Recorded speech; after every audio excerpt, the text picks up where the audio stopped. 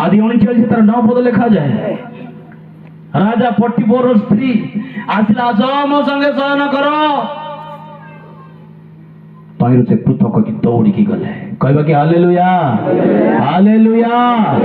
आम जीवन रे निश्चित समस्त विषय गुड़ाक आसीबो यस जय युक्त करिया पाइले ईश्वर को वाक्य केवल हमको सामर्थ्य देबो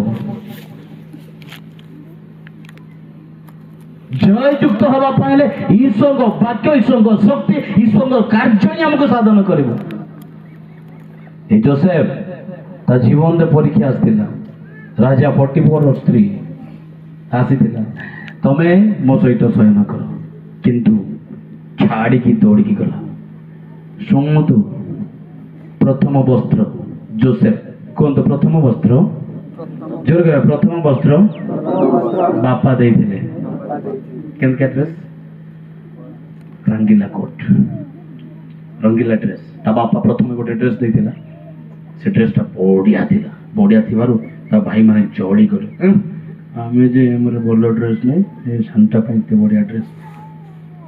मेंढा चराइबा जगह आसीबारु ता भाई मान ताको चिरा चिरी करले चिरा चिरी कर देले से ड्रेस संपूर्ण चिरी देले रक्त लगाई देले बुड़ाई देले पाड़ देले ताको बापा को जाई करे तमर पुओ बाक खाई देला सेकंड ड्रेस राजा पिंदे थिले कौन तो सेकंड ड्रेस के पिंदे थिला राजा पिंदे थिले से ड्रेस के नला राजा स्त्री छोड़ाई देला ड्रेस छाड़ देखी पड़े आसिला ए सब पृथक हेबारु सम्मत न हेबारु प्रभु जो वस्त्र परिधान करेले ना जो ड्रेस जोसेफ को पिंधेला ना से ड्रेस द्वारा से प्रधानमंत्री ही पल्ला हालेलुया हालेलुया हम जीवन अनेक परीक्षा फांद विभिन्न विषय आसीबो किंतु जदि हम सेठी सम्मत होबा नै पृथक होबा पई चेष्टा करबा प्रभु निश्चित हमको मंत्री बनाई देबो ये जगत रही न पारे